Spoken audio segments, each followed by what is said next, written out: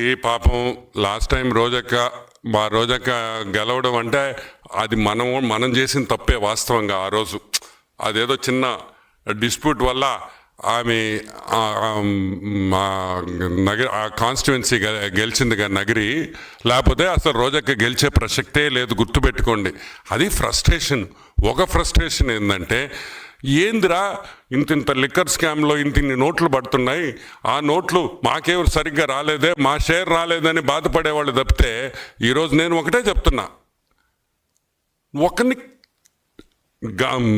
నగరిలో మా MLA Bhanu, he's from a very renowned family, మంచి కుటుంబంలో నుంచి వచ్చినాడు అతనేం గాలికి రాలా నీలాగా.